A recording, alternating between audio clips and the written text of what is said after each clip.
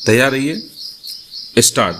प्रकृति की प्राय सभी देनों में स्वाभाविक संतुलन देखा जाता है, किंतु मानव ने अपने स्वार्थों की पूर्ति के लिए प्रकृति का दोहन कर इस संतुलन को बिगाड़ने का कार्य किया है। स्टॉप। इसने न केवल औद्योगिक विकास के नाम पर पर्यावरण का दोहन कर प्राकृतिक संतुलन को बिगाड़ा है, बल्कि स्त्रियों के साथ अन्याय कर पुरुषों की तुलना में उनकी संख्या घटाने का अमानवीय कार्य भी किया है। स्टॉप।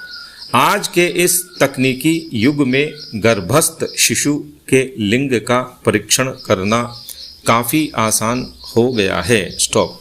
गर्भस्थ शिशु के लिंग परीक्षण के बाद मादा भ्रूण होने की स्थिति में उसे मां के गर्भ में ही नष्ट कर देना कन्या भ्रूण हत्या कहलाता है। स्टॉप। भारत में पिछले कुछ दशकों में स्त्री पुरुष लिंगानुपात में आए असंतुलन का मुख्य कारण कन्या भ्रूण हत्या है। स्टॉप। पेरा। कन्या भ्रूण हत्या आज एक ऐसी अमानवीय समस्या का रूप धारण कर चुकी है जो कई और गंभीर समस्याओं की भी जड़ है। स्टॉप। इसके कारण महिलाओं की संख्या दिन प्रतिदिन घट रही है। भारत में वर्ष 1901 में प्रति 1000 पुरुषों पर 972 महिलाएं थीं। वर्ष 1991 में महिलाओं की यह संख्या घटकर 927 हो गई। वर्ष 1991 से 2011 के बीच महिलाओं की संख्या में वृद्धि दर्ज की गई। फलस्वरूप वर्ष 2011 की जनगणना में प्रति 1000 पुरुषों पर 940 महिलाएं हो गईं।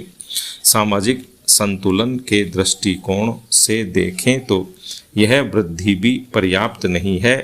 National crime record bureau NCRB के अनुसार वर्ष 2013 में भारत में कन्या भ्रूण हत्या के कुल 217 मामले दर्ज किए गए, जिनमें सबसे अधिक 79 मध्य प्रदेश से, 34 राजस्थान से और 21 हरियाणा से संबंधित थे।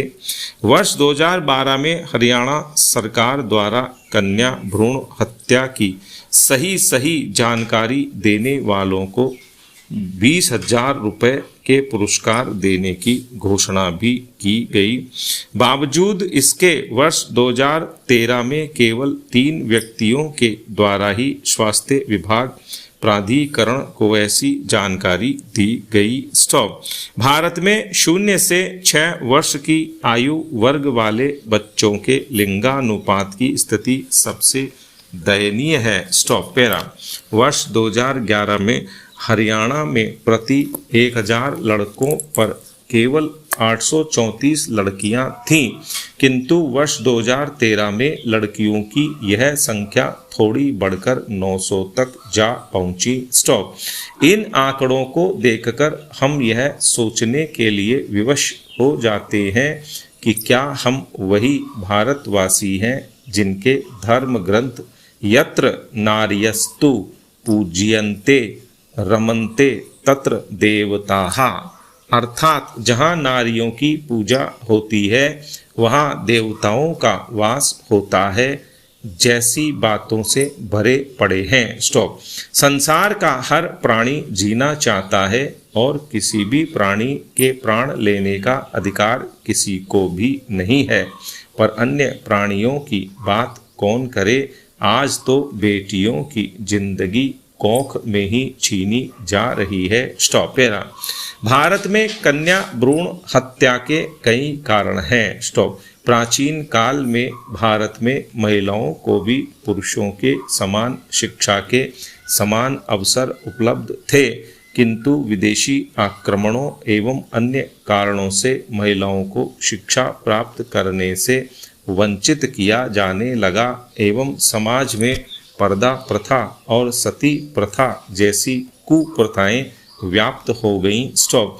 महिलाओं को शिक्षा के अवसर उपलब्ध नहीं होने के कुप्रभाव समाज पर भी पड़ा। स्टॉप। लोग महिलाओं को अपने सम्मान का प्रतीक समझने लगे। स्टॉप। धार्मिक एवं सामाजिक रूप से पुरुषों को अधिक महत्व दिया जाने लगा एवं महिलाओं को घर की चार दीवारी तक ही सीमित कर दिया गया। स्टॉप।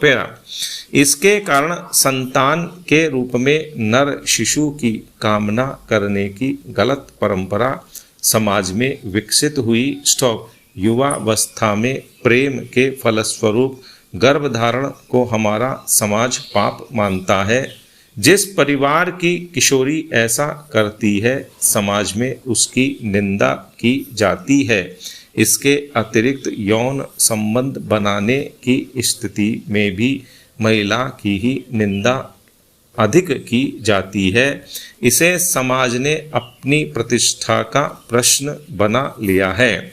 इन्हीं कारणों से लोग चाहते हैं कि भविष्य में अपनी प्रतिष्ठा को ठेस पहुंचने की किसी आशंका से बचने के लिए वे सिर्फ नर शिशु को ही जन्म दें। स्टॉप। कोई भी महिला अपनी गर्भस्थ संतान को मारना नहीं चाहती, भले ही वह कन्या शिशु ही क्यों न हो, लेकिन परिजन विभिन्न कारणों से उसे ऐसा करने के लिए बाध्य करते हैं। भारतीय नारियां तो अपनी कन्याओं को जीवन भर समस्याओं का दृढ़ता पूर्वक सामना करने की सीख देती हैं। कवि ऋतुराज की कविता में कन्या दान करती हुई एक माँ अपनी बेटी को सीख देती है, पानी में झांक कर अपने चेहरे पर मत रीझना, आग रोटियां सेकने के लिए है, जलने के लिए नहीं। कन्या भ्रूण हत्या का एक बड़ा कारण दहेज प्रथा भी है। लोग लड़कियों को पराया धन समझते हैं, उनकी शादी के लिए दहेज की व्यवस्था करनी पड़ती है। दहेज जमा करने के लिए कई परिवारों को कर्ज भी लेना पड़ता है। इसलिए भविष्य में इस प्रकार की समस्याओं से बचने के लिए लोग गर्भावस्था में ही लिंग परीक्षण करवाकर कन्या भ्रूण होने की स्थिति में उसकी हत्या करवा देते हैं। हमारे समाज में महिलाओं से अधिक पुरुषों को महत्व दिया जाता है। पहले महिलाएं पूर्णतः पुरुषों पर निर्भर होती थीं। परिवार का पुरुष सदस्य ही परिवार के भरण पोषण के लिए धनोपार्जन करता था। स्टॉप। अभी भी कामकाजी महिलाओं की संख्या बहुत कम है। स्टॉप।